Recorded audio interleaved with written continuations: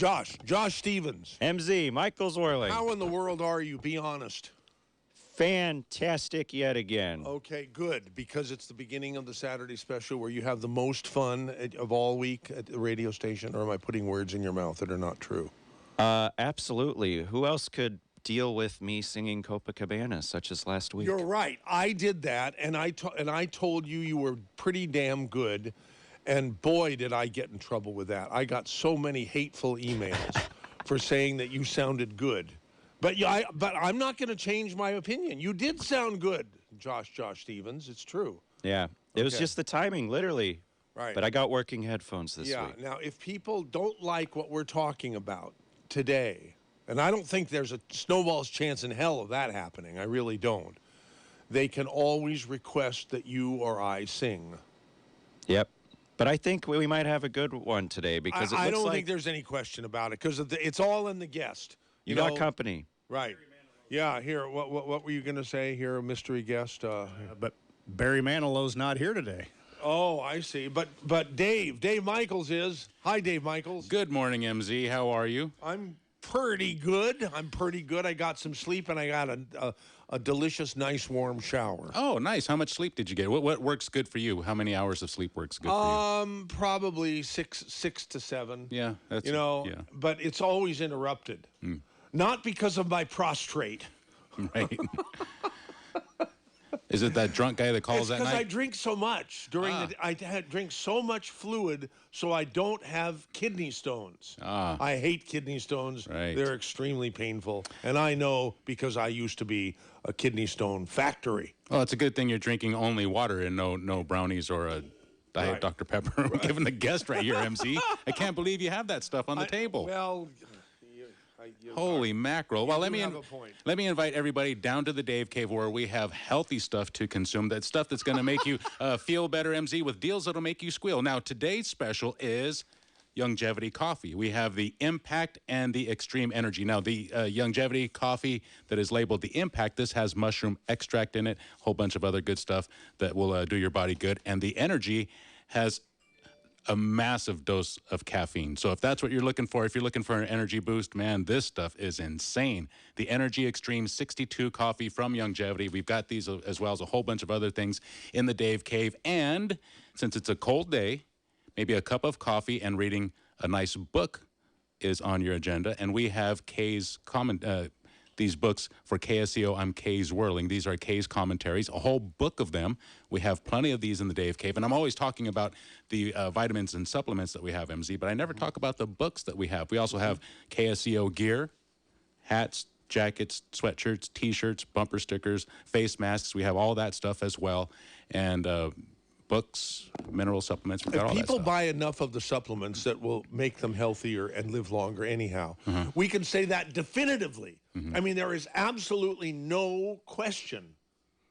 I'm only kidding. We can't really prove it, but we haven't been canceled from saying that we think that that's a good possibility. Well, I think give it time. Common sense says, you put good things into your body and you can expect better, better things to happen rather than if you were to put junk in it, right? So supplement with the good stuff. Even if you don't get any good stuff, MZ, say you're a couch potato and you sit around eating just bad stuff all day, put something good in your system. It can't hoit. It can't hurt. It can't hurt. Cut out the bad stuff. Cut out as much as you can, but put some good stuff in there too. You can at least do that. It doesn't take much to do that. What about coffee? I mean, here you've done a promo for Longevity Fabulous Coffee. Energy Extreme 62. Now, is coffee good for you? This coffee is, of course, right? It's the best. Yeah. Well, I'll say it's the best. We've got it here in the Dave Cave, MZ. We've got mushroom. This stuff has mushroom extract, or the stuff that our guest has mushroom extract in it. And I don't know if that's good for you or not, but this is there's a lot of supplements out there that do have this. How could mushrooms in coffee be bad for you? There's just no way. It doesn't seem like they would go together, right? Right. Yeah. But still, because it seems that way or doesn't seem that way, it's always the opposite of what you think. I stay away from caffeine. Caffeine just wrecks me, MZ, like you wouldn't believe, boy. I get all hyped up and jittery, and then I get grumpy and sleepy, and I just stay away from it. For me, The energy that I prefer is the stuff that I get from the B12 and all the B vitamins and the tangy tangerine. For me, that's Speaking of which, that's a much did we better. get our shipment yet? We didn't get that in yet. This is terrible. You know, I mean, it's a good thing that there is such a run on it worldwide. I mean, this stuff is so good that they are they're always back ordered. You just can't keep enough. But the good thing, what is the good thing? Good thing is it's got all kinds of vitamins and minerals in there. Okay. Minerals is the whole idea. And it tastes delicious. Yes. Who doesn't like tangy tangerine? Who doesn't like the taste of it? Not many. Actually, I can think of 2 people. And for them, 3 people. For them, we have the BTT tablets. You combine that with the mineral caps, and boom, you don't have to drink anything. You don't have to. Well, you have to drink some water to wash it down, but you don't have to deal with any funky tastes or anything like that. We've got the tablets as well, MZ. Head down to the Dave Cave. I'll be out there until 2 p.m. today, every Saturday, MZ, 10 a.m. till 2 p.m. If you can't make it down there in person, log on to kscohealth.com. And if you don't have a computer, or maybe you just hate computers, call 831-218-KSCO, and we can get you hooked up from there. Right. Sounds good, Okay. Dave Michaels. All right. I'll see you later, All right. MZ. Yeah, maybe you'll come and give us a progress report at the top of the hour. I'll try to do that. At the top of the next hour. Let us, ladies and gentlemen, officially start the show. Good morning. A brighter day is here. Good morning. May we bring you cheer. We've got time, we've got tunes, we've got time, tunes, and temperature. Get up and go, it's today, you know, on KSCO Radio. Good morning out there in Radio Land, KSCO Radio Land. It's MZ and Josh Stevens, and a very special guest that you've heard before on this station. I will introduce the special guest right after this music starts, and we can play the appropriate special guest intro music. Good morning. Now stay right here on KSCO Radio.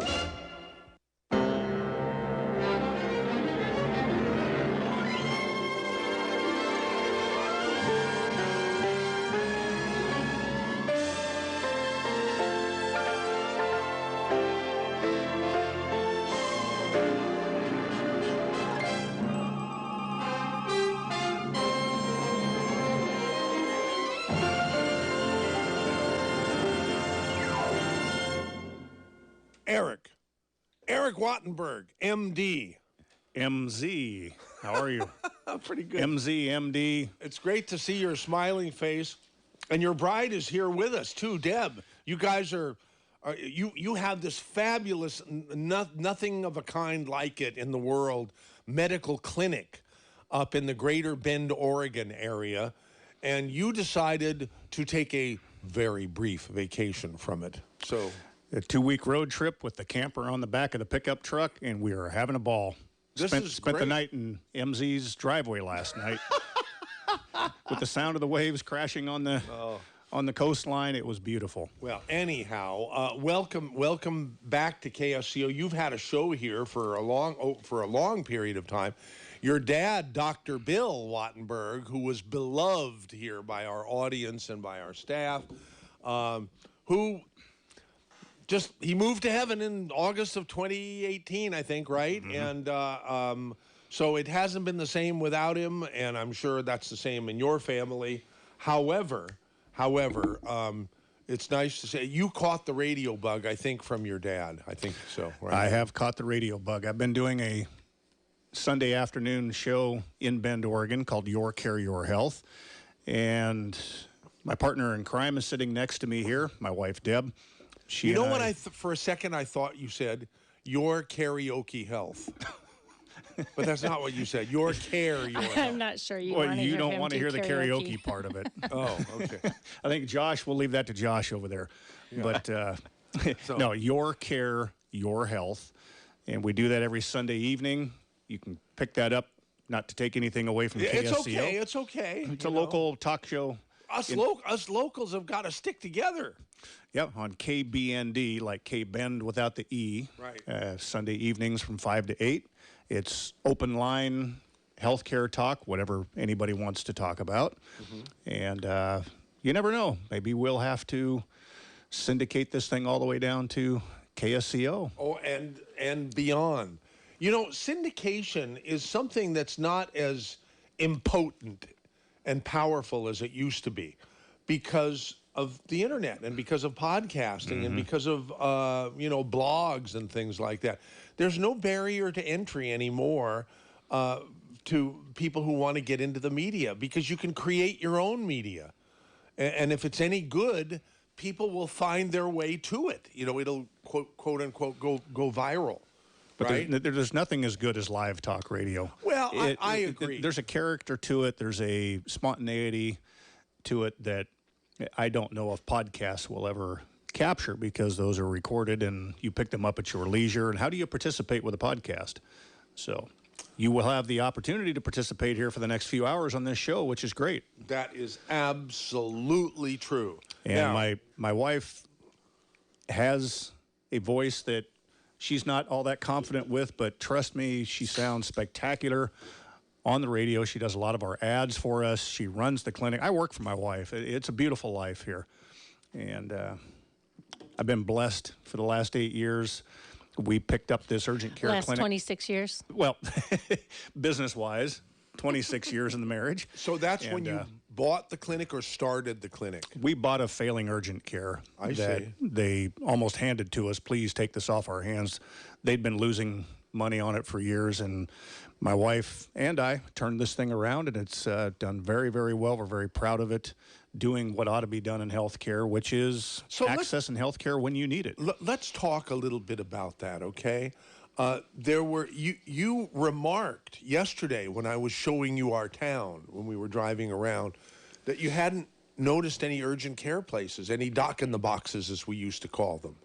We used to have a whole bunch of them around here, and now we don't have. I just realized when you asked me that question, where are they? Well, they're not around very. I can't remember the last time I saw one here. Well, Deb's the one that picked up on it. She's the marketing goddess, and anywhere she goes, she's very alert and attentive to what's going on in healthcare in that area, and she's the one that noticed it. I suspect it may be a lot of little pieces that have come together to just make it not as profitable and beneficial to do an urgent care type of medicine. California has some regulations that Oregon and other states don't have. It's probably like every other business. If you're not gargantuan big, you're going to be struggling. And that's the way it's been with our station for forever. When I bought this station 30 years ago, a lot of people said, hey, good luck, a local radio station in a world that hadn't even become massively touched by corporate media yet, but 3 or 4 years later it did with the Communications Act of 1996, which basically lifted. There is a limit, but the limit is so high about the number of stations that a single business entity can own within a given market. That just destroyed the radio business. It destroyed all diversity. It destroyed all localism. And KSCO has I've been proud and honored to have, for the last 30 years, kept this place local and diverse. People will call us a conservative radio station because we had the strongest conservative voice, until a couple weeks ago with Rush Limbaugh as our, to use a real estate term, anchor tenant. But we've always been a voice for everyone, and will continue to be, hopefully as long as we can. And those forces are no different in healthcare.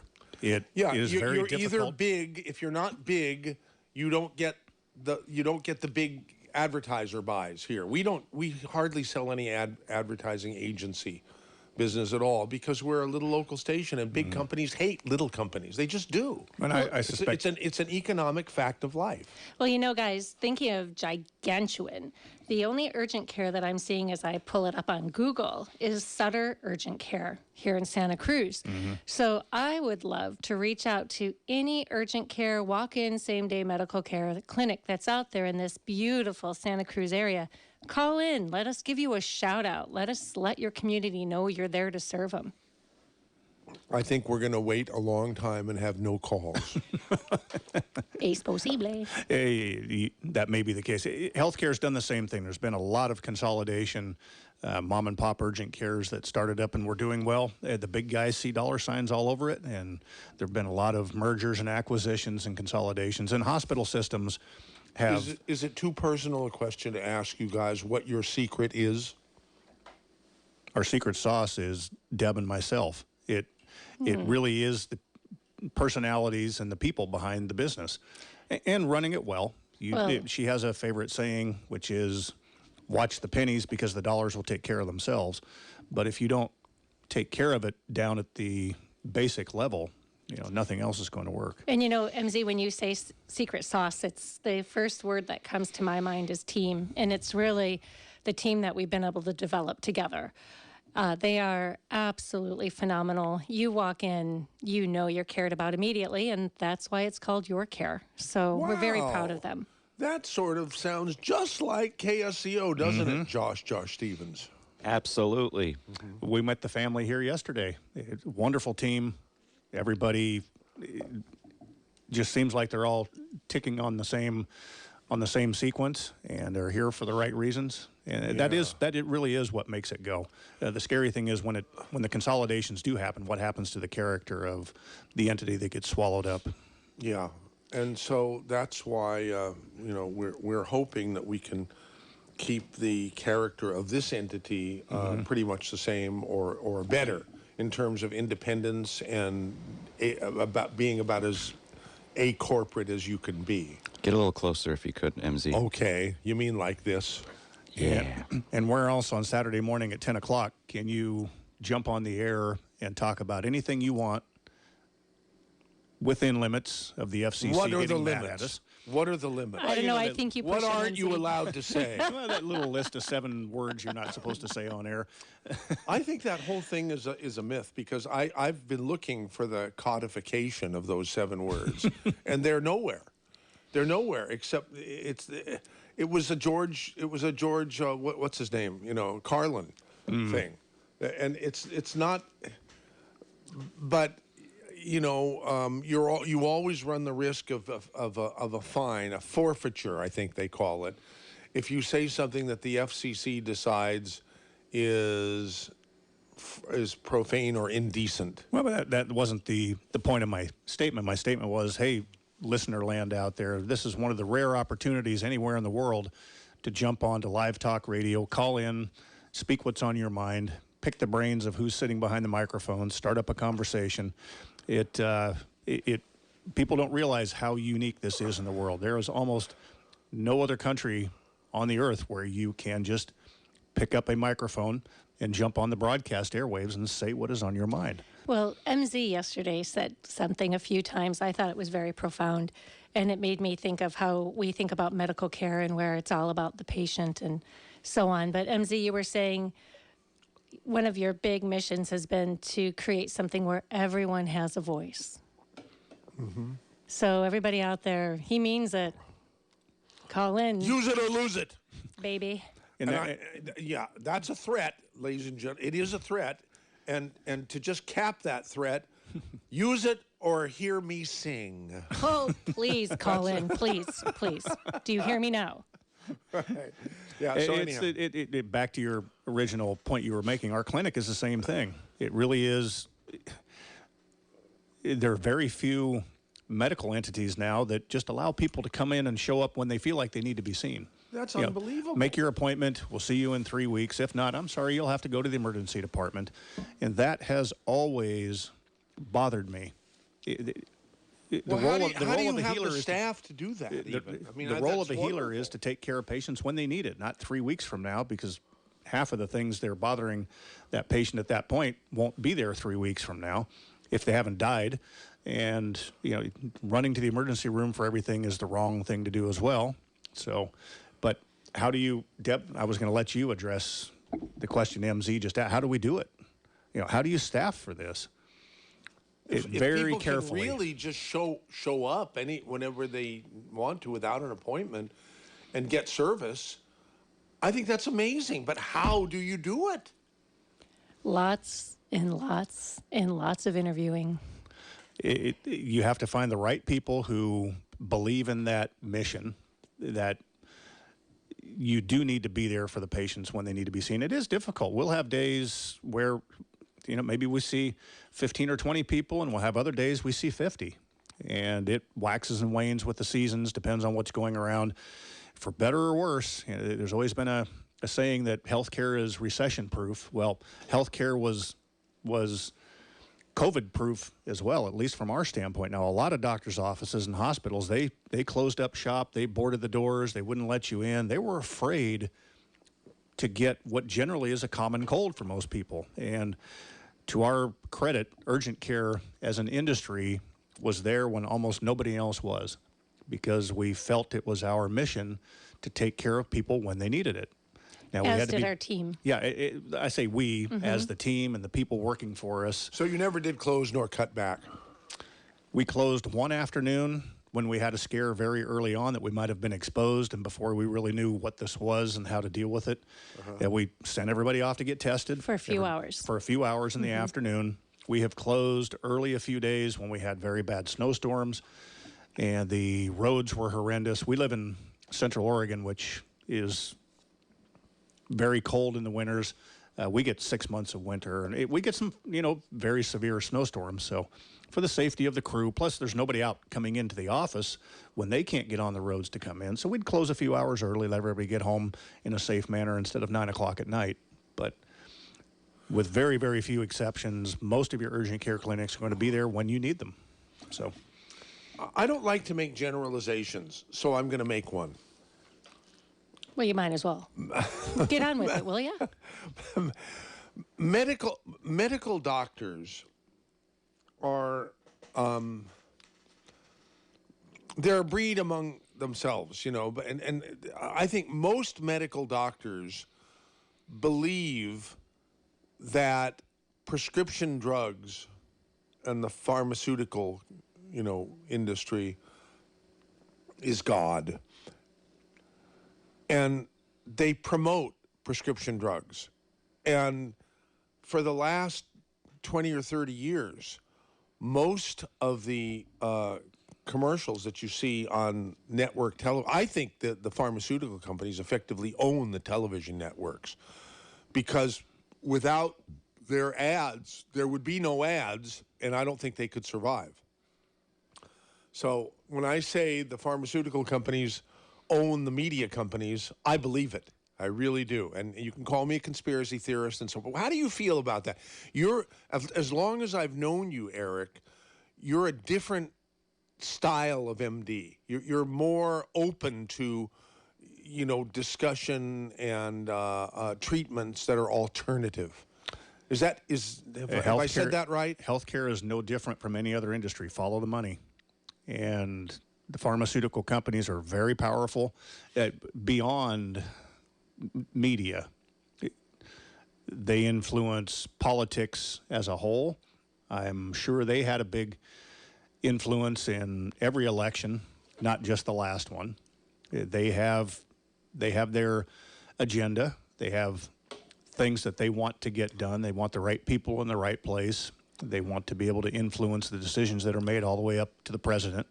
And I guarantee you, if you am I correct that the hospital administrators and make way more money than the surgeons and the doctors on the front line and all that? Is that a correct statement? Doctors are paid well. None of us will truly say that we're not reimbursed well for the work that we do. Primary care physicians and people down on the bottom of the pile will say that they're not being paid enough, and they're probably not. There will be people at the top that are being paid very well, maybe too much.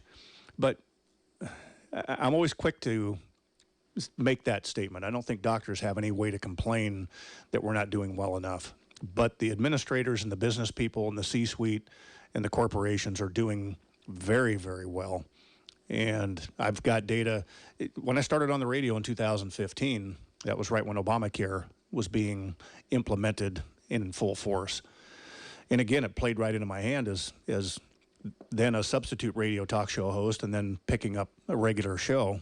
There was plenty to talk about there. Everybody was scared to death about what Obamacare was going to mean. It has had some big effects on the healthcare system, but through all of that, it was supposed to be the Affordable Care Act. It was anything but. All it did was pad the books and make the big healthcare entities even richer. And that data is out there easily to be discussed, and it just doesn't get discussed. The cost of healthcare went up tremendously, and it didn't end up down on the ground. It was already ridiculously unaffordable. There is a huge layer of administrative burden in healthcare, and there's a lot of money being sloshed around in the system that really doesn't get down to the patient level. Mm-hmm. And if you really want to be honest with the way everything's gone, Obamacare just made everybody's life in the administrative side, in the bureaucratic side, much better. Mm-hmm. I don't think it really improved healthcare much. Mm-hmm. Let's talk about vaccines for COVID. Did you get one, or will you? I will eventually, yes. I've already had COVID. It was a unfortunate side effect of not the healthcare industry. We picked it up out in the community.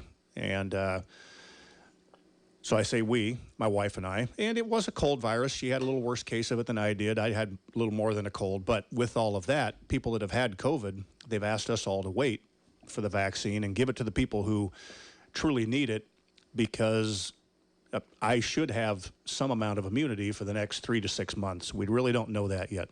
Now, back to your question, I should have just said yes, but there are a significant number of people. We've had, I think, who just said we've had 30 million cases right before we went on the show. One of your friends on the phone said we just passed the 30 million mark on number of COVID cases, which in my book is good. Unfortunately, there have been 500,000 deaths among all of that. That friend was Dr. Wallach. When I called him to tell him that we might be talking about him behind his back on the radio if he has time to tune in. And I have to wonder if part of that, everybody's been afraid we were going to have a super spreader after the Super Bowl. Well, the time is about right. So the little spike in numbers over the last few weeks, is it truly due to people getting together? Because that's been our experience in the clinic, is most of the spread of COVID's not been in the community. It's not been out of the restaurants. It's not been out of the gymnasiums. When COVID first started, you and I had a number of discussions privately on the telephone and on the air on KSCO. And what I remember about those conversations is that it was really bothering you that the reaction you felt was an overreaction. My God, I mean, we're closing down an economy in the whole country and the whole world, and the economies in the whole world. Have you changed any of that attitude at all? No, not except.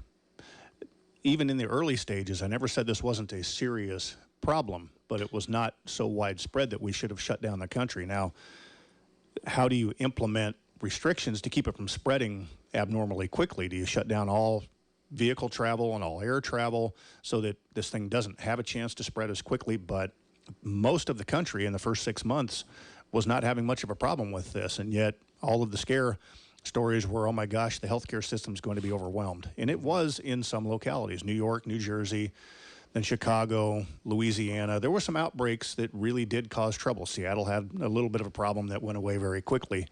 But did we need to decimate our economy the way we did, as early as we did? I still truly believe those in power, if you want to call it power, those I'd call leaders it power were for sure. I'm not sure what they were afraid of, but I think they really took the opportunity to take advantage of a situation where they could exert their influence and their power and put all of us under their thumbs and do what they wanted us to do when they wanted us to do it. At some point, yes, you do need to slow the spread of this thing if the system's becoming overwhelmed, but it was not overwhelmed on a nationwide basis until October. And even then, it was still regional. It wasn't everywhere. Eastern Oregon did not need to be shut down like Western Oregon and Portland and the bigger cities in Oregon. California, probably the same way. But I do understand the difficulties of how do you decide where to draw the line and what do you do with this county and not with that county, and how do you keep one county from spilling over into the other one. I do place blame, and I will criticize the authorities. They should have had this worked out 30 years ago. This is nothing new. They've been waiting. The authorities and the bean counters have been waiting for an opportunity to say, we told you so, and now you have to listen to us. It happened with Zika virus. Remember Zika? Yeah. That was all the scare in 2015 and 16 or whatever it was. It fizzled out, became nothing. Yeah. The first SARS that went around in 2003 fizzled out in Asia. The MERS virus, which was another coronavirus, fizzled out. The authorities have been waiting for something like this, and they finally got it. Mm-hmm. It's like the earthquake warnings. Gosh, the whole Pacific Shelf is going to fall into the ocean. And they've got us in Central Oregon getting prepared for the Cascadian event, which they say is going to come around someday. The eclipse. When we had the big eclipse in 2017, Oregon was supposed to have been a nightmare of traffic and catastrophe. It was in certain sections, even close to you, I thought. No, not at all. They shut that county down. They had every business scared, every hospital, every clinic. They had us all organized for this big catastrophe that never happened. So our authorities are very good at preparing and scaring all of us. I don't think they're very good at being realistic about when to pull that card and play it. Now, if I may ask, not to pull a Jen Psaki, but circling back on the fact that you both received COVID, do you have any symptoms that are persisting? Because I hear about the loss of taste and various other issues after the fact. None at all. No. Deb had a little more of a cough for a few weeks. I basically had a head cold and a headache and some sinus congestion for a few days. I had a cold. Yeah. But the symptoms that persist in the vast majority of people don't mean anything. They're just there. The loss of taste and smell is actually a late sign. If you get a fever, loss of taste and smell, you've been sick for a week already. So. Right, and my symptoms were a little bit more intense than Eric's were. I had like lungs of fire. I felt like my lungs were going to barbecue my ribs for lunch. And even with that, I have no residual effect that I actually notice. So there will be people who do have long-lasting effects from this, no different than any other virus that's ever been out there. There are cases of pericarditis and heart failure and other such symptoms that people have experienced with any number of other viruses. So this one's really, I need to be a little careful. I'm not the expert with this. I don't have access to some of the nitty-gritty data of all the really bad things that have happened with it, long-lasting. If the people survived the respiratory part of it and got over the cold and cough and respiratory symptoms, what other lasting effects did they have? So I need to be a little careful. I should not be downplaying COVID by any means. It's just a very difficult situation to deal with because the vast majority of people, this is a cold virus, and yet for some people, a lot of people, it is much more deadly than anything being we have on faced. the radio as I am weekly, speaking to my friends, which are the listeners of KSCO, a lot of my friends have sent me emails saying, we know you're concerned about the vaccine. And they're sending me links to, stories about deaths of people who died shortly after they had the second Moderna shot. And that's where I am right now. I had the first Moderna shot 2 weeks ago, Friday, and I'm scheduled to have the second one 2 weeks from yesterday. Yes, Josh Stevens. Same. Oh, well, you're you're like almost a little more than a third of my age. Not 2 weeks ago, but very recently. So I wouldn't be concerned at all if I were you, but I'm concerned about passing away after I take the second vaccine. You are much more likely to pass away from COVID than you are the vaccine. And yet, it's funny how people will take that chance because that was nature. and oh well, I got COVID, and I guess it was my time. Well, how do you explain it? And yet, if you give somebody a vaccine and there's 2 out of 1 million people that have a complication with it, they trash the vaccine. That's exactly what my sister and brother have told me, and they're both older than I, and they've both had the vaccine 1 and 2 with no difficulties at all, except a tiny little soreness in the arm. My advice to everybody is get the vaccine if you have the access to it. This vaccine is so clean. It is the cleanest thing that has ever been injected into you. How do you know that? How can you say that? It is a piece of mRNA. It is a piece of... What's that? mRNA is a messenger RNA. It is what our body uses in the process of making any protein. So we have our DNA, which is our master blueprint. And then the little ribosomes make this messenger RNA from that, and they send that messenger over to a different part of the cell to make the protein. And so what we have done is we've just added a little message that says, make this protein, make this antibody to the spike protein that COVID uses to enter your cell. Now, every other vaccine you've had in your life has either been a live, complete, intact virus that's been attenuated, knocked down a little bit. So the measles, mumps, and rubella vaccine, the tetanus shot that you got, the polio vaccines, your typhoid vaccines, your yellow fever, all of these things for travel. The irony here for me is, and I have to smile all the time, is the people that take all of those other things because they really want to travel the world and they live a, quote unquote, natural, holistic, healthy lifestyle. They're happy to take these other vaccines just to go travel the world because it's kind of part of what they do. And that's what they're afraid of this one. They're afraid of this one. I was going to wait a year and see what happens with the other people, see the reactions, how many people did pass away or get very, very ill. The messenger RNA is such a small, simple, clean, well-known item that lasts a very short time in your body. It is not DNA. It does not get incorporated back into your body. It doesn't get into your old DNA. This is a specially designed piece of RNA that our body uses all the time in a very well-controlled manner to make just the right amount of protein in your body, and then it is destroyed. You can imagine if you made these messengers and they just were uncontrollably translated into proteins, you'd make too many of whatever protein it is, correct? Yeah.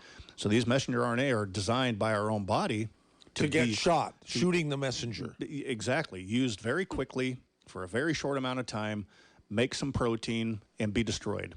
And if the body realizes it needs more protein, it makes more messenger RNA, but it doesn't let that one sit around very long. And that is the problem, or not the problem, but that's part of the transport and the preservation issue with these vaccines is how do you preserve something like this so that it doesn't get broken down before you actually inject it into people? So the Pfizer vaccine had to stay at minus 70 degrees. Moderna, not near as cold, but... And now, Eric, now they're coming out with the single-dose vaccine by Johnson & Johnson, and you were telling me some interesting stats about that particular vaccine and how you're concerned that it will not be as effective as the double dose. Well, and they know it's not as effective. It's somewhere around that 60 or 70% effectiveness, which is about what they quote for most flu vaccines. But that's better than nothing. And fine, when there's more Pfizer or Moderna or a better vaccine next year, go get another one. But for now... I'm feeling much better now. Yeah, now, the second shot is well known to cause more of a reaction because you've had the first one. Your immune system is primed. It's waiting. So so that's why I'm questioning. I mean, I have some immunity now that I didn't have before because I took the first one. And I don't know whether that's 65% or 85%, and I'm only going to get 5% more or 10% more if I take the second shot. And that's why I'm asking myself, is it worth the risk? Absolutely. It's why we give people boosters of flu shots every year. It's why we give them a tetanus booster every 5 or 10 years. That's why the children get repetitive doses when they're young. The anti-vaxxers out there, and by the way, I'm not an anti-vaxxer. I'm a very much of an anti-government force you to vaxxer type. Now, how do you feel about that? With respect to the COVID vaccine or just vaccines in general? Answer both questions, okay? I am certainly a vaccine supporter. Okay. I've had all of mine. My kids have had all of theirs. I hate to use the word I don't buy it because, boy, I'm going to make some people mad, the anti-vaxxers mad, but I don't buy the autism connection. I don't buy the, life-threatening, well, some people can have a bad reaction to a vaccine, but they can, look, the worst thing you do in your life is get in your car every morning. By far, orders of magnitude more risk to your life getting in your car and driving 5 miles. You look at the numbers, there's no questioning that. The vaccines, unfortunately, a few people do have a bad reaction to it, but there has been no data, and it has been evaluated every way till Sunday about the autism. And we can get into a whole nother discussion about that, but I'm not an expert by any means on that, what causes it, what's associated with it. This vaccine, though, out of all vaccines, is the cleanest, most pure vaccine that has ever been created. Regardless of which vaccine you're taking, the AstraZeneca has some pretty bad marks against it. So the problems with the COVID vaccine, it's not a problem. It is actually a good thing that people don't understand. If you have a dramatic reaction to this for a few days, you feel fluish, you feel achy, you get a headache, that is your body thinking you got COVID. And it is the way that your body works with any infectious organism. When your immune system picks up this foreign body, it secretes all manner of chemicals and cells and other mechanisms to fight that thing off and kill it. And the side effect of that is you get the fever, you get the aches, you get the runny nose, the congestion, the fatigue. Those are side effects that unfortunately our bodies didn't develop a system that just fights off the organism but leaves the rest of you alone. Right. So it's kind of like chemotherapy in a way. The things your body secretes make you feel crappy for a few days, as a chemotherapy agent would in the process of trying to kill those cells that are cancerous. Yeah.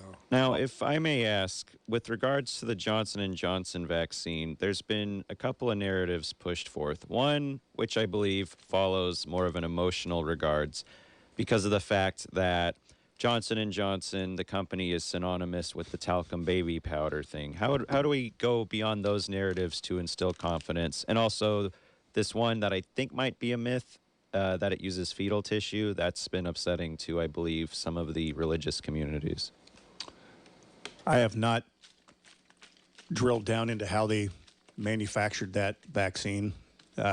People need to realize that a lot of the tissue cultures that we have that are used now to generate any number of different chemicals, medications, what have you, these are very high-tech solutions to the old one was injecting rabbits, injecting chicken eggs, injecting whatever animal you needed to inject to get that vaccine out of it. The big cry forever was, hey, you're killing rabbits, you're killing mice, you're I'm allergic to chicken eggs. Well, the technology has advanced to the point where we now have tissue cell cultures. Maybe they were derived from fetal tissue. Maybe they were derived from foreskins. Maybe they were derived from placental tissue. That's one thing. The other thing is where people really get upset is how did you obtain that? Yeah. But I will hazard a guess that the people that are making the most noise about the fetal tissue are probably the pro-abortion crowd. Right. They tend to be the most sensitive about don't put anything foreign in my body, don't tell me what to do with myself. And yet that tissue probably came from the same thing that they're advocating. So if there were no abortions, you wouldn't have fetal tissue. Well, I shouldn't say that. I mean, there would be other ways to obtain fetal tissue. How about a natural death? We do autopsies and things all the time, regardless of how people die. So, again, that's one of those subjects that there really is no way to win or settle on the air. That's fair. I don't know how those vaccines were generated, but they will have to be generated in a system that can generate these mRNA. And the way we generate mRNA generally is using natural cellular components that would naturally make those mRNA. So we would give that cell culture a little bit of the DNA from the spike protein, isolate the antibodies that were generated against that, and then, and I don't know, I'm not a cell culturist, I'm not the biophysicist that would do all of this, but the end result is a piece of messenger RNA which has a very short lifespan. After you inject it into the bodies break down to mRNA very quickly, because if you don't, that's how you get a cancer, correct? You know, if your body starts generating a bad protein or a bad cell out of control, that's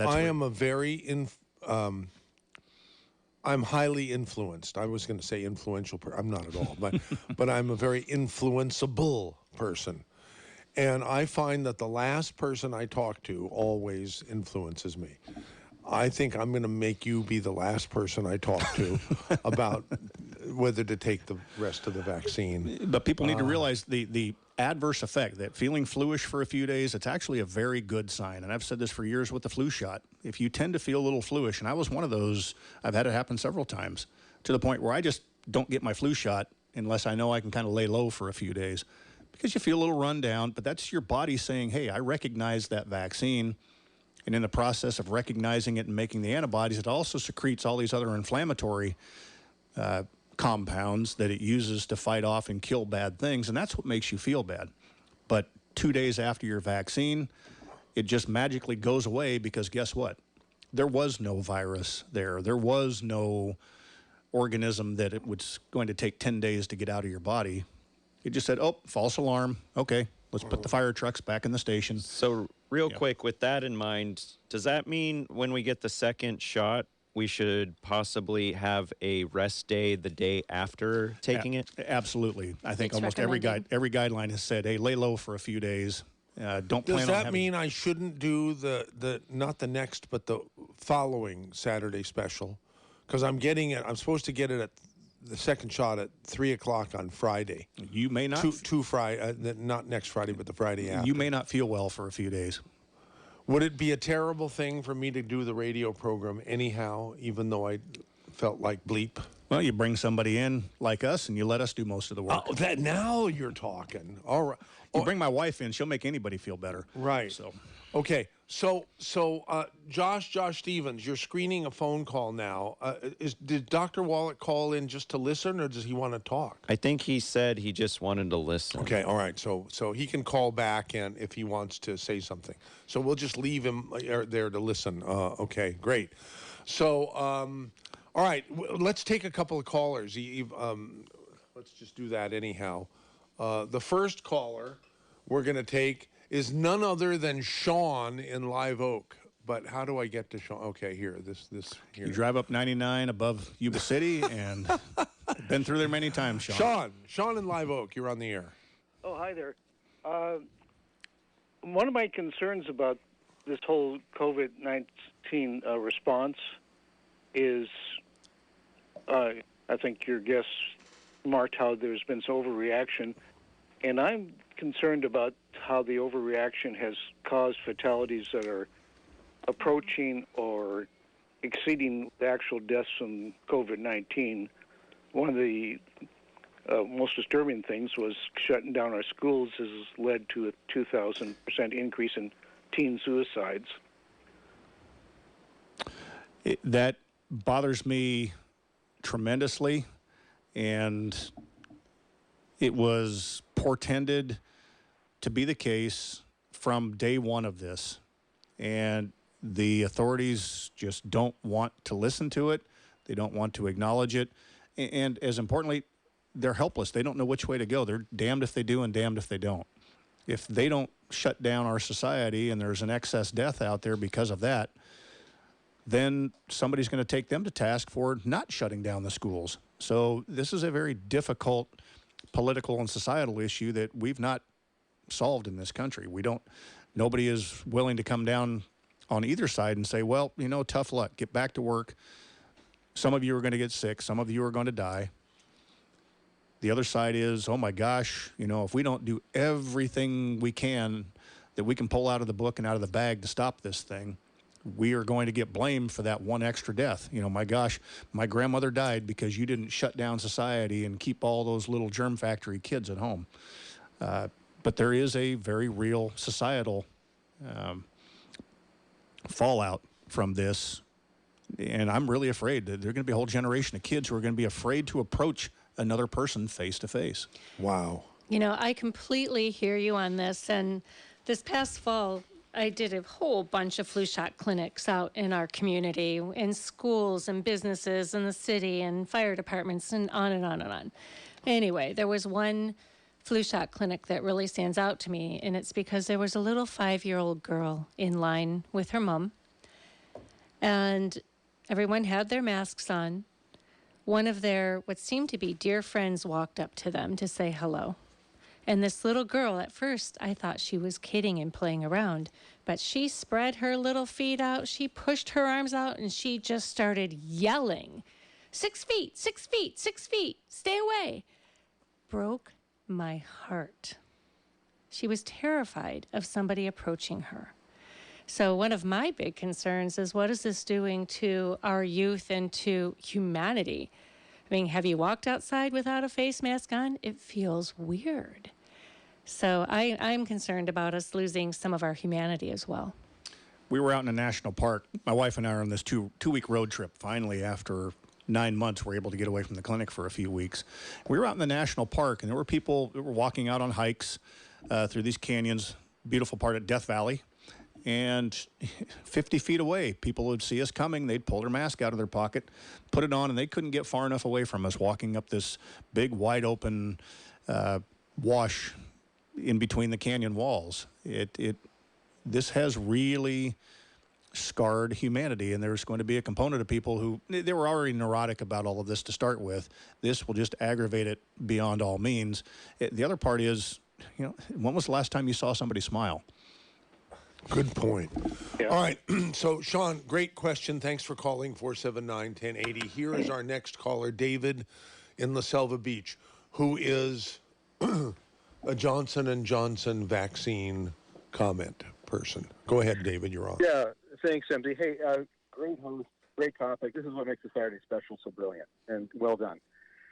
I was watching one of the business channels, cable news channels, during the week, I think CNBC, and they had the CEO of Johnson & Johnson on, and they had put the fetal tissue question to him, and he said that the vaccine was sequenced from fetal tissue, but it's not manufactured with fetal tissue. I just wanted to share that. That's what I heard. So sequencing, and as I said earlier, I don't know how they've generated this. I dabbled in biophysics in graduate school for a while before I decided to become a doctor and got off into medical school. So I understand a lot about the techniques, but what they will have done was infect the fetal tissue with the virus so that the spike protein could be manifested on the cells and then isolate the spike protein that the infecting cells were displaying on their surface, because that's how the virus attacks and attaches to the cell. Then they will isolate that spike protein and work backwards, or take the mRNA out of that cell that made the spike protein, and then isolate that and reproduce that. So. Okay. Hey, we're at the end of the hour. What is it, Josh? Is it 30 seconds that we have? I don't have the thing. 30 seconds 30 now. seconds. Okay, great. We have Doc Wallach, who does want to say a few words, but we're at the end of the hour, so we'll put him on the top of the next hour. And so, that's it. You're listening to the KSCO Saturday Special. We have just concluded hour number 1. We're going to be on the air right up until 12 noon today, and we're going to take a 6-minute news break. So 17 southbound, 12 minutes worth of delay. Also got some road work reported there. It's from Bethany Park all the way to Paso Tiempo. Major delays in that area. 57 degrees outside the KSCO studio. Mid to upper 50s expected today, tonight. Upper 30s could be expected with showers returning as soon as Sunday. Time now for the Saturday special with a full board on KSCO. It sure is a full board, Josh Stevens. How do I... Can you hear me okay? Absolutely. Yeah. Okay, Dave Michaels, what's happening in the cave? Good morning, MZ. Well, what's happening in the cave is we have all of your favorite longevity products. Too much to name, so let me just tell you, if you're looking for anything from Beyond Tangy Tangerine, Blooming Minerals, Arthrodex for your pets, we've got it all, and then some. The only thing that we don't have, or one of the very few things that we don't have, is Dr. Wallach's books. Now, somebody stopped by this morning to ask me if I had his latest book, which is It's All in Your Head. I'm sure he can tell you more about that. I don't have that in stock, but you can always order them by calling this number. It's 1-800-755-4656. 1-800. Yeah, that's the magic number. That takes you right to the nerve center. Right to the head of the operation. So it's an 800 number. It's 755-4656, or you can log on to drjwallach.com. And if you didn't get a chance to write that down, you know how to get a hold of me. I can tell you this information again. But the phone number again is 1-800-755-4656. The name of his newest book that you can get online is It's All in Your Head. And you can find that at drjwallach.com or get a hold of me at 831-218-KSCO. Great. Okay, I'll be in the Dave Cave until 2 every Saturday, MZ. And is there something that are we expecting a shipment of the most popular stuff this week? A shipment 2.5 should be on its way Monday. So I'm hoping to get it Monday afternoon. Probably we're going to get it Tuesday, and the 2.0 should be in Friday. So, okay. Yeah. Good. So keep your ears open, and again, if you want to find out. And we have plenty of the individual stick packs, right, that we should be promoting. Super convenient. Yeah. Absolutely super convenient. So you can get a hold of me at 218-KSCO anytime, and doesn't matter. Okay. Very good, Dave Michaels. Let's start hour number 2 officially, and then, here we go. Oh, hello, darling. I hate to hang up on you, but I'm sorry, baby, but I have to go. It's time for that wonderful record show. I'd love to visit, but you'll have to call back. KSCO has the inside track. All right, welcome to hour number 2 of the KSCO Saturday Special, March 13th, Saturday. If you want to join us, 479-1080 in area 831. I'm sorry, baby, but I really gotta go to KSCO Radio. Bye.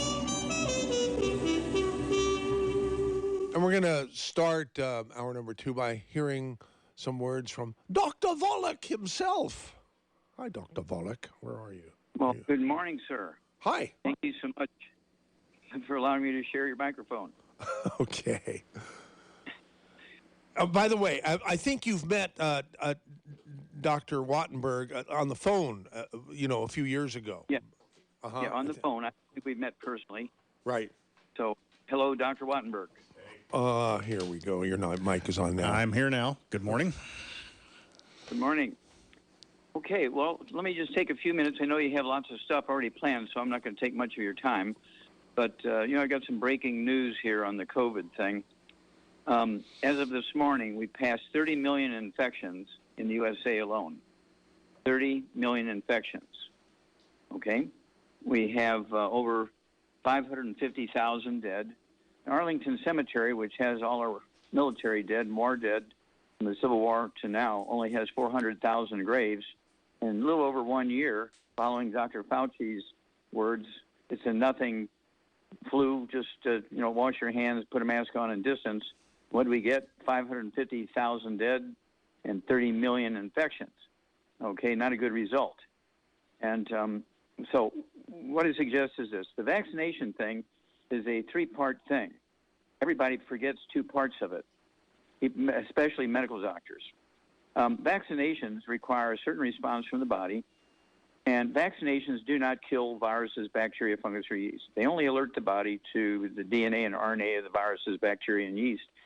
And so when the bug shows up, your body says, there's the bad guy, and sends in your defenses, okay, your immune system, which are the T lymphocytes, which are white blood cells and more white blood cells, and your stem cells are released antibodies, which were prepared against those DNA and RNAs to go and kill the viruses. Then, of course, you have red blood cells and platelets to help stem the tide so you don't bleed to death from these infections and things. But it requires several things. Number one, it requires 90 essential nutrients to give your bone marrow. Your bone marrow is your immune system. And you know of people, Dr. Wattenberg, you know of people who have to go to the doctor once a month for a B12 shot and an iron shot because they tried taking iron pills and B12 capsules and it didn't work. So they had to come in once a month for a shot. And they get tired of that, so they start giving them once every couple of months a transfusion. And then they get tired of that, and then they say, okay, we can give you a bone marrow transplant. Well, that's all just a nutritional deficiency causing the death of the bone marrow, okay? And what they have to do is get off all the bad foods. No fried foods, no processed meats, no oils, no glutens, no wheat, butter, iron, no sugar. Glutens are humanity's worst enemies, okay? They contain pro-inflammatory cytokines, which are chemicals that actually kill the villi in your intestines. And that's why when a 3-year-old gets the COVID virus, for 3 to 5 days they have common cold-like symptoms. Their body temperature will go up like a half a degree. It's like 99 or 98.6 to 99. Can't even class that as a fever. After 3 to 5 days, they have all the antibodies against the virus, and they're good to go. Extremely, it's less than 0.1% of fatalities in kids under the age of 3. And those usually have terrible pre-existing conditions. And so if your villi are dead, you cannot absorb nutrients. Instead of your intestines looking like a shag rug inside with all your finger-like villi, it looks like a plastic tube. You lose 90% of your absorption. And so even if you're supplementing, you can't get nutrition in. And so the nutrition has to go to the bone marrow, give the bone marrow what it needs to make white blood cells, red blood cells, platelets, and antibodies to respond to the vaccine. And I said this a year ago when this first came out. We're going to have a highly variable response to the vaccines. People who eat like Asians and live on rice and sweet potatoes and beans and squash and seaweed, okay, are going to do very well with a vaccination. People who live like Southern fried chicken, okay, and they're living on oatmeal for breakfast, the breakfast of champions, Wheaties, spaghetti 3 nights a week, flour tortillas every day. They drink beer every Friday night, which is made out of wheat. Their intestines are dead. And even though they get the vaccination, these are people who are not going to die from the vaccination. They're going to die from the bug because their bone marrow can't respond because it's dead from lack of nutrition. And so there's nothing to respond to the vaccination. So you're already starting to hear people, they're calling me. Doc, I took my mom in. She's 70 years old. She had she had both shots. And 2 months later, she dies of COVID. How can that be? Well, that's because she's eating oatmeal for breakfast. Well, how would you know? Well, at her age, that's what everybody did. Quaker Oats for breakfast, Aunt Jemima's pancakes, the breakfast of champions, flour tortillas, spaghetti factory, all that kind of stuff. And the villi are dead, and she didn't want to supplement. The only thing she took was some iron pills, and that didn't work, so she had to go to the doctor once a month for an iron shot. Okay, and so this is, if people want to survive this thing, they've got to give up all the bad foods, take the 90 essential nutrients. I like the big, heavy hammer during this COVID thing, the Healthy Brain and Heart Pack. Okay, and then our killer biotic, our colloidal silver. I take 2 droppers full of that under my tongue a half hour before breakfast, lunch, dinner, and bedtime. And our hand sanitizer. Wear your mask, distance. But you got to give your body the nutrition. You got to get rid of the bad foods so you can absorb the nutrition. And you're going to respond to the COVID like a 3-year-old. I'm 82 years old. And I know I've been so out there in the world and contacted so many people who have had COVID. And so I don't have any problems because I've been doing this for 73 years. So over to you, Michael. So I don't know if you have a specific question for me. Great. Doc, wonderful. It's wonderful that you got that out on this program.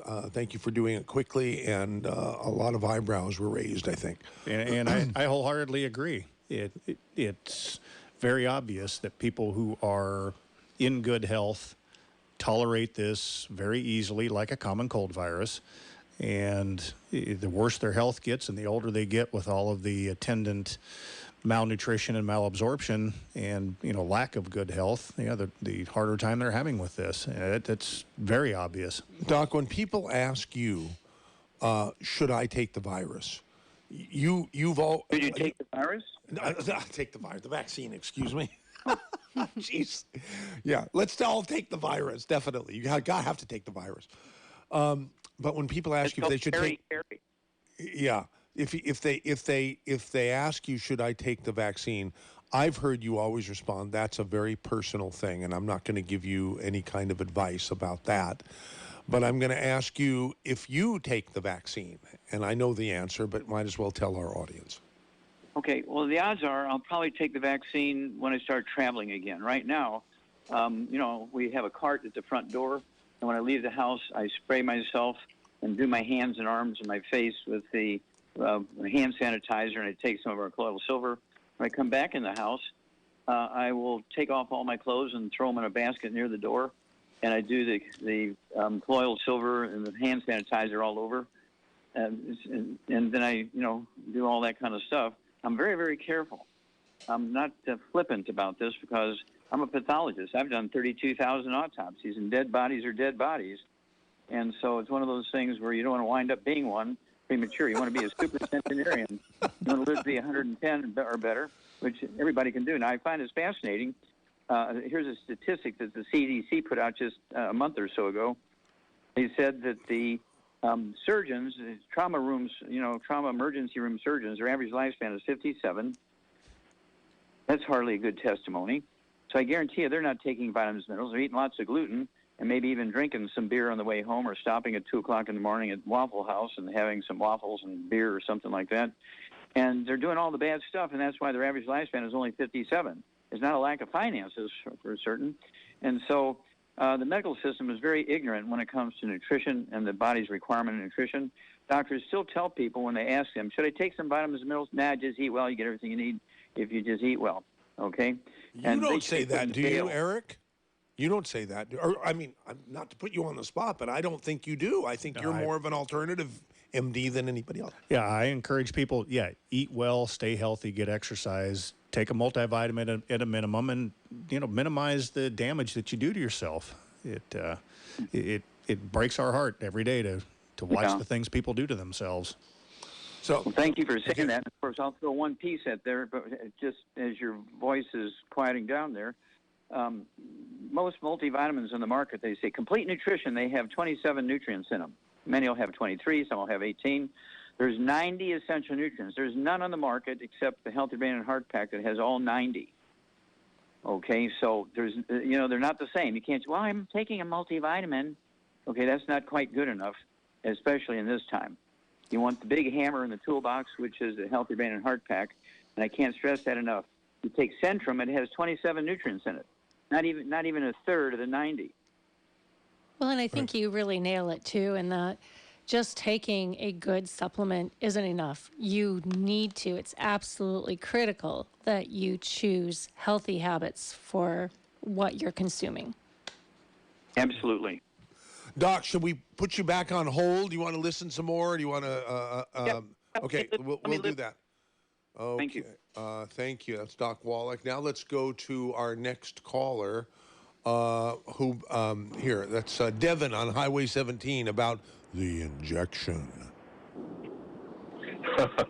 Yeah, I pulled over to wait for you. Okay, so first of all, against my will, I got bullied into it with my 94-year-old mother by my sister. So my mom and I both we both had both of our shots and got through it, no issues. Okay, I'm 70, Mom's 94. Okay, on the flip side, I have a couple. It's friends of mine, husband and wife. They're in their like 60, and they're both over 2 weeks now. They are having real issues. Everything from eyesight to, I had a half-hour discussion with her yesterday, and I'm just wondering, what is the cause, and or how can they help themselves to get through this? Because they're both hating life right now. Well, first off, make sure that it was due to the vaccine and not something else. You would be amazed at how many people come into our clinic every year to get the flu shot because they all of a sudden got scared that they got exposed to somebody with the flu, and then a week later they get the flu. And it was not due to the shot. They've had every test. I mean, they've been checked out for every gosh darn thing, and they are just very, very. Unfortunately, I can't speak to the side effects that people are having to the vaccine and what is the known association with the vaccine or what else was going on in their life. But as with, she's wondering maybe it was a bad batch. Is that a possibility? Yeah. Again, I can't speak to that. There is a vaccine registry that people are strongly encouraged, so the doctor or the clinic or whoever injected them should be making that known to the registry as a complication. Yeah, they're going to follow this. Yeah, they received. Right, they received them the same place I did over at Harbor High. Mm-hmm.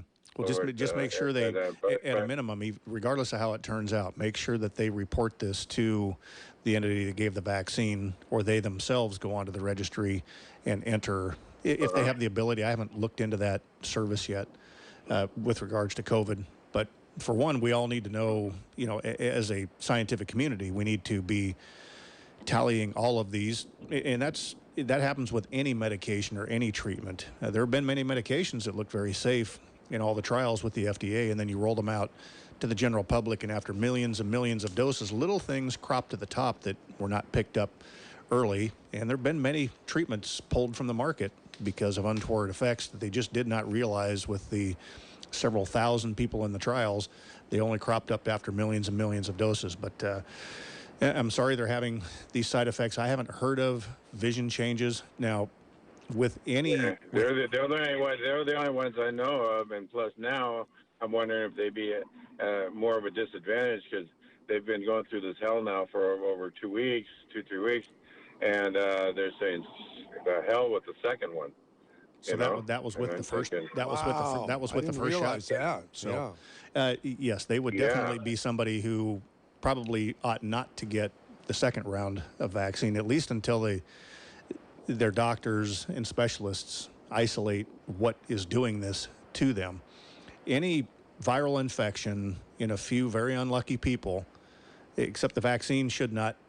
It's not a live virus. There is no way to get COVID from the vaccine, but with any injection into your body, there are a few people that have a bad outcome to orange juice, and the human body is an amazing thing. It spikes my sugar real high, and there are going to be a few people that don't tolerate this well for whatever reason. It could trigger an immune response. It's really weird because they're both really healthy people until this came along. And two people unrelated genetically, if it's a husband and wife, to have the same reaction. Something's going on in their environment. Was it the shot? Was it something they ate? Is it something in the house? Who knows? But that would not be expected to happen in two completely unrelated people. I thought about that. I thought about that detail myself. Or was there something with the way they were injected? Was there a contamination somewhere along the line that they got something else? But hey, great call. Sorry, thank you, Devin. Appreciate your call to 479-1080. Here's Rory in Watsonville. Questions? Hey. Okay, you got some questions. Yeah. Go ahead. Yeah. Thank you for taking my call. Okay, so I've been on the Mighty 90 pretty steady for 15 years, and before that, hit and miss based on, economics. Since Doc's been on KSCO, since the first day I heard him sit in for DAG, I remember exactly. Yeah, that was September 15th, 1996. Wow. No kidding. So I was on San Andreas Road at Sunset. No, I'm sorry, not Sunset. Couple streets over, but in that general area. Anyway, I just want to say we had the coronavirus. Our family did in early December. I didn't even get congestion, and I turned 61 this year. Nothing in the nose, nothing in the chest, no fever. Yeah, I felt lousy for 9 days. Yeah, I had some lower backache. That was it. And I lost my sense of taste and smell. So my question is to Doc Wallach, and to Dr. Eric Wattenberg, and I respect you, and you're very open. And why is all the emphasis on getting this experimental shot, and you don't hear one damn thing from the government about nutrition, building your immune system? Because let's face it, it's your immune system that beats this thing, whether you get a shot or not. And you don't, and the therapeutics, whether it's ivermectin or the hydroxychloroquine protocol, absolute crickets. So I look at this thing and I go, this is a big profit center for the vaccine manufacturers, which you cannot sue, by the way, folks. Since 1986, you cannot sue if you have an adverse reaction. And I just sent an email to you, MZ, about the latest data. We're up to 1,500 deaths from these various shots that has been reported to VAERS. And Doc Wattenberg and Wallach, you know what VAERS is. It's the Vaccine Adverse Event Reporting System. Mm-hmm. You know, it sounds nice. Oh, it's adverse. The guy's dead. So if you have 1,500 deaths and 100 million shots, do the math. Do you want to be that 0.25% or 1/8% or whatever the hell it is? When you can build your immune system and just sail right through this CCP bioweapon by not taking the vaccine is what you're saying. Yes, right, Rory. Okay. Well, yeah, that's my question to Dr. Wattenberg. There is no concrete pat answer to say if you take the vaccine you're going to do just fine. There's no concrete answer to say if you get COVID you're going to do just fine. We've had forget the Such number, life, huh? Forget the 500,550, whatever it is. I don't know how accurate that number is going to be in the end. I tend to think it's way overinflated. So do I. But I tell everybody on air on my show on the weekends, everybody that I need to tell, go look at, and on my Facebook page, let me promote that just a little bit. I don't do it. I don't do social media. I don't respond to anybody. But for my radio show, I post articles that I think are important. You can go to facebook.com/Your Care America. It's a play on our clinic name, Your Care America. And I posted a few weeks ago a link there to a graphic or a piece of data that will show you the number of deaths basically by day, by week, anyway, on a rolling basis, the number of deaths in the United States over the course of a year. And every year we lose about 2.8 million people die in this country, just of all causes. Forget what it is. 2.8 million, which equates to, on a little, rolling basis, 7,500 to 8,500 deaths per day. And if you look at the curve of deaths this year, there have been 3 peaks in that go well above that floating 8,000-ish baseline. Particularly after October of this year, the United States at points had over 10,000 deaths per day. So you cannot forget what it's due to. What is it? Who cares? We had 10 or 11,000 people per day dying through December, in December. So believe what you want about COVID. Believe what you want about any other cause of death.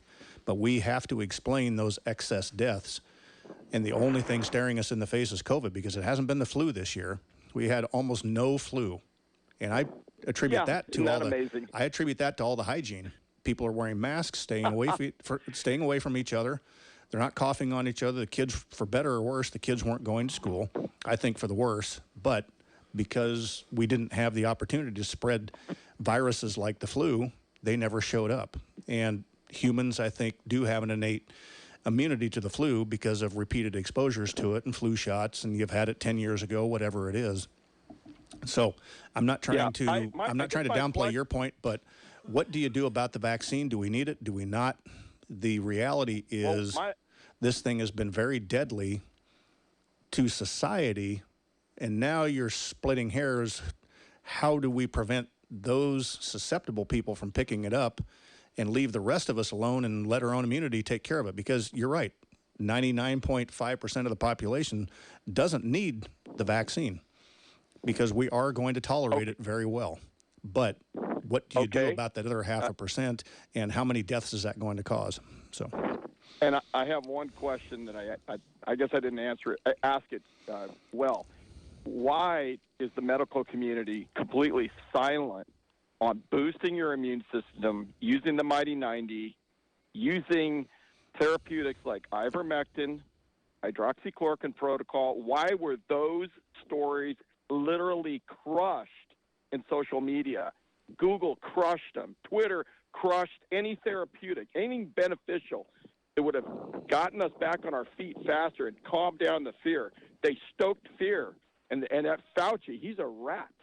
That guy, he's got his fingers in so many pies. You could do a whole Saturday special just on his conflict of interest. The issue we'll have to invite him to be a guest on the Saturday The issue you're bringing up is not new. It can be applied to COVID. It can be applied to the election. It can be applied to anything out there. I know. Part of it is follow the money. What do you think's going on? I will always stand on my statement. Follow the money. You will understand a lot of what goes on in this country. But the other side of it is... What do you think about the fact you cannot sue the vaccine manufacturers?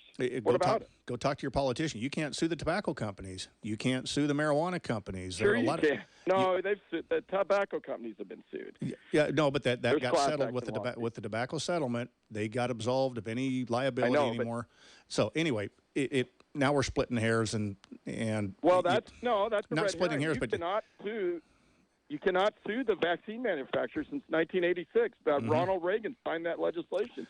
Okay, you can go to the vaccine injury court. Well, look, nobody's making you take this vaccine, except that. No, just wait. There are industries. You wait. It's going to get a lot worse when you can't travel to somewhere that you want to travel because you haven't taken this vaccine. Go talk to your legislators. And right now they're being bought off by every special interest you can imagine, not just the pharmaceutical companies. They'll be bought off by the travel industry. They'll be bought off by this is such a big problem in our society in general that I can't even get started with it here. But well, you're the good guys in medicine. I would recommend you stamp down the fear on the therapies like ivermectin. Ivermectin, there's a doctor here in Santa Cruz, Dr. Tom Yerma, that's using it and prescribing it. It literally stops this thing in its tracks when you're got fulminating freaking COVID. None of these doctors making those claims have been able to produce the proof in a setting. You mean a double-blind study? A double-blind study, randomly controlled. Because there are enough adverse effects to those treatments in a few people that usually outweigh the benefits for the few people. And that's what you're coming down to. Again, there's a lot of money involved in that. The pharmaceutical companies are certainly going to try to quash most of all of that because it flies in the face of the big dollars they're all going to make off these vaccines. So ivermectin's cheap. It's generic. We give it to animals all the time. Hydroxychloroquine, again, the proof just is not there from a large societal standpoint. Some people may actually benefit from it.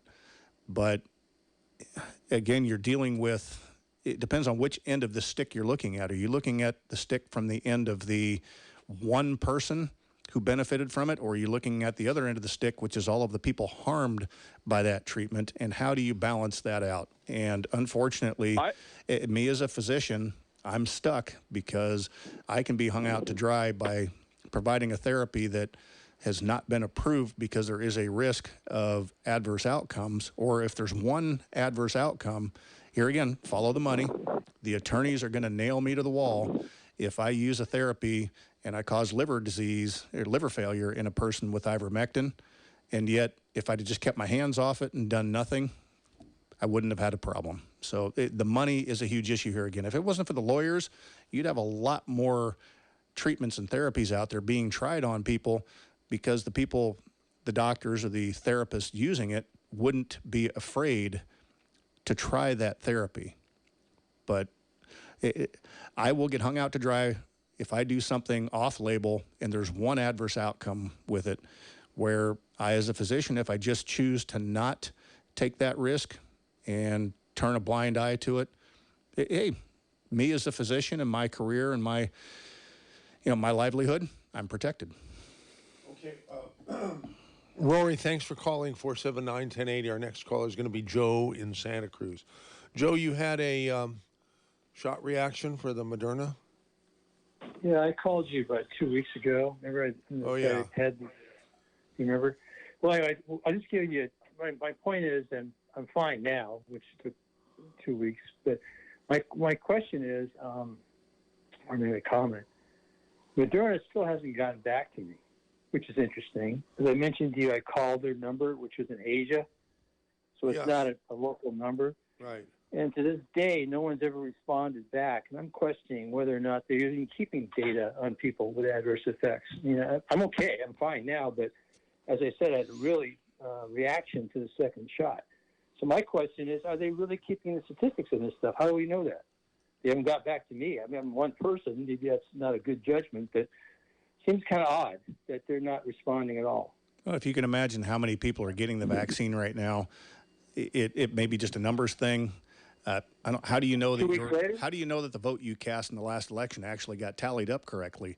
That this is the $1 million question, which we've not answered yet. You know, what kind of feedback are they going to give you? If it was a mild reaction and you checked all the boxes, they have all the data they need. They, as a company, don't stand to gain much, I guess, from interviewing you personally. On the registry, did you answer a bunch of questions about what reaction you had to it? Well, I didn't use the registry. I've called the CDC. I have a friend that works for the CDC, and I'm going to make an issue out of it because they're not, as far as I'm concerned, they're not collecting data. I don't expect someone to give an in-depth interview to me, but I'd at least get a response by mail. It's been 2 weeks. Some kind of card, which is another issue. Why don't they, in fact, give you some kind of a card or whatever when you get the shot so you can report the reaction, whatever, good or bad? Well, they don't want the card. The card means somebody out there has to pull it out of the mail and take the information off your card and put it into their database. They would much prefer you to log on to their website and do all the hard work for them. Well, they don't have a website to log on to, first of all. If you call a website from Moderna, it's in Massachusetts, there's no way of logging anything.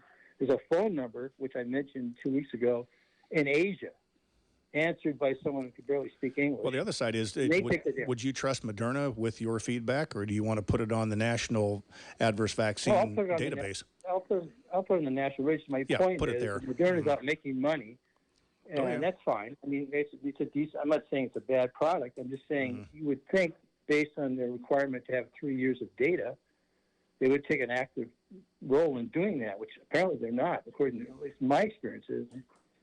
Now, leave it to the government. Leave it to the government, the bureaucracy. Contact your. The biggest effect you're going to have is contact your congressman or your senator, one of your legislators, and have them make the stink. They will get a response much quicker than you will. And sir, have you gone on to the CDC's website, to the Vaccine Adverse Event Reporting System? No, I haven't. That's a really good place to start as well. You can go on and report what has happened to you. I know in the beginning with all of this, when we were going through trainings for administering the vaccine, we were told that there was going to be some pretty in-depth data collection, which I personally have not seen happen as well as I was hoping it would. But there is the VAERS system through the CDC. If you Google that, you're going to see where you can click on a button to report, and that might be a good avenue for you. Well, I think I'll try that. That's a good idea. Yeah, that's an independent agency set up. They supposedly have no financial interest or connection to the pharmaceutical industry, and they're supposed to be a watchdog.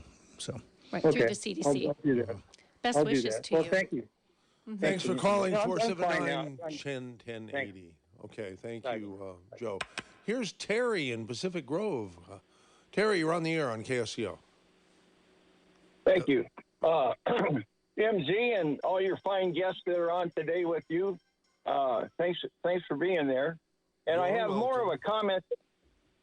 I have more of a comment than a question, but my comment is this: if you could go to any or several metropolitan counties, say in the state of California or across the nation, and let's take LA County here in California.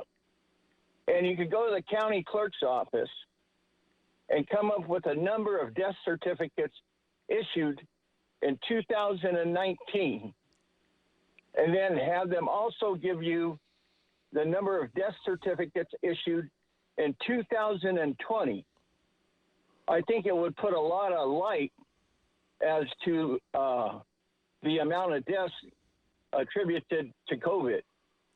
So let's say there's an increase in 2020, and I would attribute all of those deaths to COVID, but I think it's far less than what the government is reporting. And I mentioned that earlier. You can go to my website for my radio show up in Central Oregon, facebook.com. Well, it's not a website, Facebook page, Your Care America. And in the top few posts there, you'll find a link to a website that tracks the daily number of deaths reported in the United States. And it shows you the average baseline curve over the last 5 years, I think it is. And then it shows the numbers for 2020 since COVID started. And there have been 3 peaks in that. A little peak in March and April because New York and New Jersey and a few limited areas were having trouble. That quieted down, came down to baseline. Another little peak around July 4th because people got out and started socializing and mixing with their friends. That quieted down. And then in mid-October, it really took off. And the baseline death rate in the United States went from about 8,000 people a day to over 10,000 people a day. So just add that up.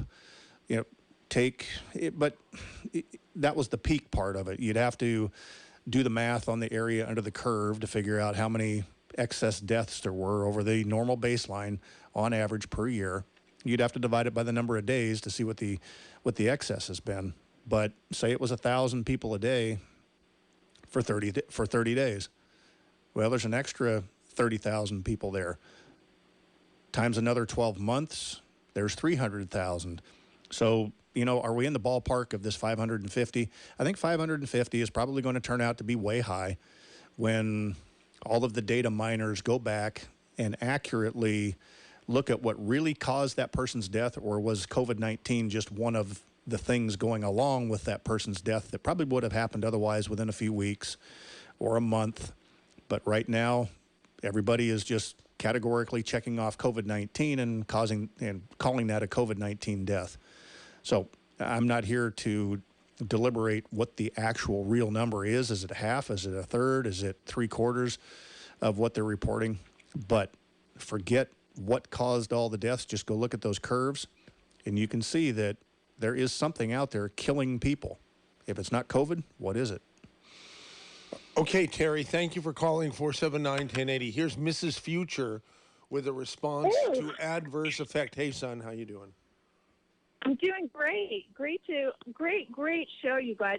Just so happy to hear such quality information and addressing people's questions and concerns. And the reason I wanted to call is in response to you talking about addressing the issue of alternative therapeutics and talking about the fact that the use of those therapeutics to treat COVID isn't studied, or we don't have the data. And I felt it was very important to point out that the use of the vaccine to treat COVID is also not validated. And in fact, the FDA has not recommended any of the vaccines for treatment. They have merely approved them for experimental use. And one of the consequences that I've heard on other media is that if a person does have an adverse reaction to the vaccine, and if they die within, say a year, that their life insurance policy is canceled, is not honored because of the fact that the FDA has not approved these treatments. It has not recommended these treatments, but merely approved them for experimental use. And so I'd just like you to keep the playing field even, that the alternative therapeutics plus the vaccine are all options on the table, and we should have fair information access about all of them. So, absolutely. Anything that I would treat you with in my office for any medical condition should be an option, and it should be a one-on-one, unique case discussion with every patient. Every patient with high blood pressure doesn't need the same blood pressure medication or treatment recommendations or lifestyle intervention or nutritional supplement, weight loss, exercise. Yeah, everybody is different. You do bring up a good point, and my answer to that is going to be follow the money. If the insurance companies are, How can we protect the doctors if they do want to recommend these alternative treatments? I'm sorry, I was talking over you. Say that again. I understand. I'm with you. I do think the whole thing is a money, marketing plan to benefit big pharma in terms of, dominating the airwaves. But how do we, citizens who want freedom of speech and access to information and informed consent, how do we protect the doctor-patient privilege and take it away from the moneyed interests of the insurance companies, of the people who are forcing doctors to use treatments and who are scaring people? Like, how do we find those politicians, those political information actors liable for the harm that they're causing and protect the good people who are actually trying to create healthy Americans? It is follow the money. And the other piece of that is that if you really critically analyze statements made by doctors, made by politicians, made by bureaucrats, when you really analyze those statements, the most important piece of all that is covering their own ass. They are not going to make a statement that they can be hung out personally to dry with, but they will err on the side of wishy-washy recommendations that nobody can hold them personally liable for. And so how is any good politician in this day and age with COVID going to come out and say, I don't believe in it, don't get it? Go get the vaccine, protect the public, do what's right, do your civic duty and get this vaccine to protect all the rest of us. But they're never going to force you. Well, I shouldn't say that. It may come down to that. You may be... No, I want you to say that because I do believe that because of the fact that this is an experimental drug, that there will be no legal way to force people to get it in order to travel unless they're, leaving the country. But I think within the country, it will not be acceptable. However, we're eroding our freedom of informed consent because of the mass fear and because of the blanket approval of the vaccine solution instead of the acceptance of alternative therapeutics and the doctor-patient privilege. I agree. This is such a gray area that I don't know if there's a good answer to that, except very gray. Watch out for your own liberty here, and you need to be very vocal if you see that being impinged upon. Mrs. Future, thank you for calling 479-1080. Here's Margaret, who's been waiting almost 48 minutes to talk about masks. Margaret. She wore an itsy bitsy teeny tweety weeny yellow polka dot bikini face plant bikini burqa. Ooh, quack, quack, quack, at the crow's nest tonight. Oh, oh, oh. Hey, is that delicious drool Gates and Fauci's stab of mooshed China white horseshoe and bat gizzard good? Hey, crack an egg, hens. If you caught cuckoo, some people are shaking their heads here because they don't know what the hell you're talking about, Margaret, and other people here are laughing their asses off. So, why don't you smash it? Why don't you ask a question? I think maybe she shouldn't have bought those mushrooms on the corner. Yeah, Margaret. Yeah. We're gonna finish up. Okay. Masks. I felt bad because she waited 45 minutes, and I thought she was going to sing something stupid that no one understood, and she did. And then she wouldn't stop. MZ, we keep telling you to trust yourself. You must trust yourself. Okay. Margaret, you got to stop this. You come up with some good stuff, but in the last few weeks you've been crazy. I hate to...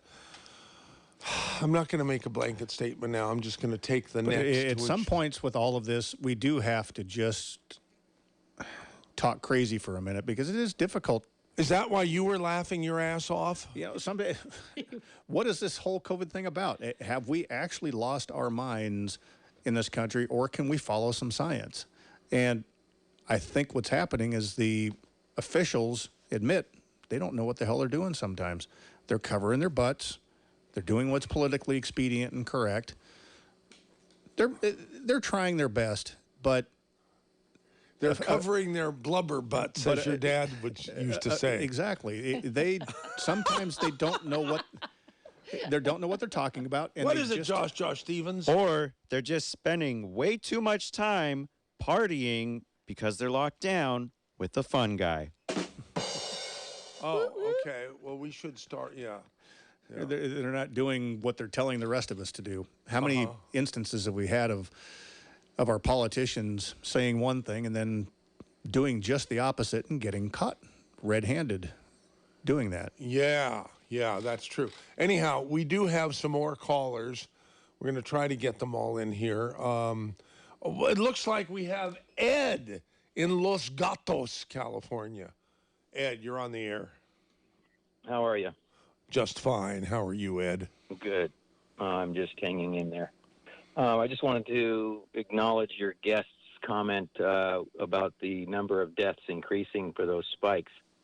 But there's some data there that no one is considering. During the fear-mongering from the media and the push for staying indoors and hospitals being overcrowded and the plethora of scare tactics doesn't consider the fact that a lot of people spiked that data because they didn't go to the hospital for their heart disease or their diabetes or their lung conditions or any other ailment that they had as a chronic disease. And if you go on to the CDC website, it says that the deaths that occurred from COVID had a 2.6 comorbidity, which means that they died of various 2.6 other things other than just the virus. So that skews the data of those spikes per day being an increase. And I think that has to be considered, as well as the alternative medicine being squelched in the early 1900s because it conflicted with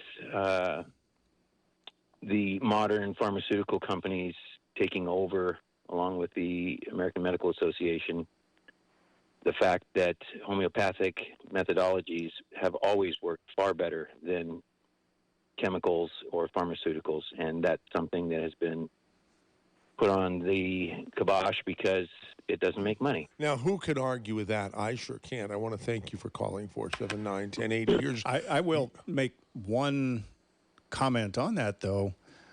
Okay, so because of COVID and the lockdowns, now we have an increase in the death rate of some segment of our population because of the lockdowns. Psychological issues, suicide, teenage suicide, whatever you want to call it. Now, do you call that a COVID death? Or do you call that? Yes. Okay. So, to my point. Okay. Greg and Campbell, you're on the air. Yeah, I called your dad. Craig and Campbell. Yeah, not Greg and Campbell, Josh Stevens. It's Craig and Campbell. Okay. Anyhow, I'd call him up and say, hey, Wild Bill Wattenberg, and he'd get a kick out of that. He'd laugh. And, you know, you really disagree with him, he can get ornery. You know that. Fortunately, I inherited a little more control over that one. I think they would say that was my mom's influence. But you get me going. My wife will tell you once in a while, boy, I can do him justice. So. Yep. Yeah. I remember Wild Bill, he told the story how he got face-to-face with one of those environmentalist guys out there. He said, they had to hold me down. He said it just like that. It's just, you know, you had to hear him. He was funny. But, yeah, my question is, you said you had the COVID already. Why would you want to get this shot if you've already had it? Maybe just for the travel? And also, how did they come up with this experimental thing, like they say it's 90% success rate. How do they know that without even experimenting on animals? Oh, they experimented. They experimented on healthy humans. They took 2,000 to 3,000 people that were otherwise healthy. They gave them the vaccine and then followed that group of people, a very carefully analyzed group of people who had all of the same exposure risks as another group of 10 times that number of people. And they just looked at how many people in both groups just picked up COVID out of the population, out of the community. So those were done very rigorously. Again, whether you believe the number is at 80%, 90%, 50%, what have you, but they had some very large populations of otherwise very healthy young people in high-risk populations where COVID was going through those communities with a very well-known attack rate. And then they looked at how many people in the vaccinated group picked it up compared to how many people in the unvaccinated people picked it up. So you can have pretty good confidence it works.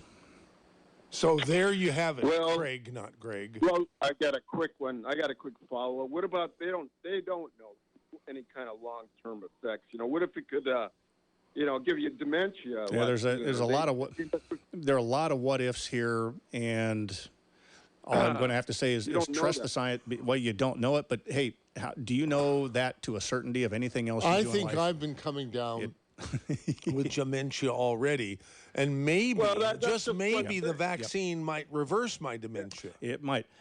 All I can say is at this point, this is one of the cleanest vaccines you will have ever received. It has no component of any natural piece of the COVID virus, where every other vaccine you've gotten in your life, if this is really what bothers you, don't dig too deeply into what you've been doing the whole rest of your life, because you really will get scared. Most of all your other vaccines came from live or attenuated organisms.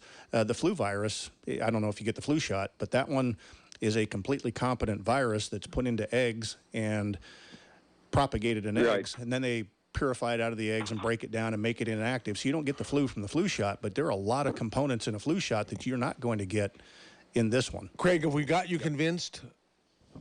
Well, okay. Well, he knows exactly what's in all of these shots. Then it sounds like.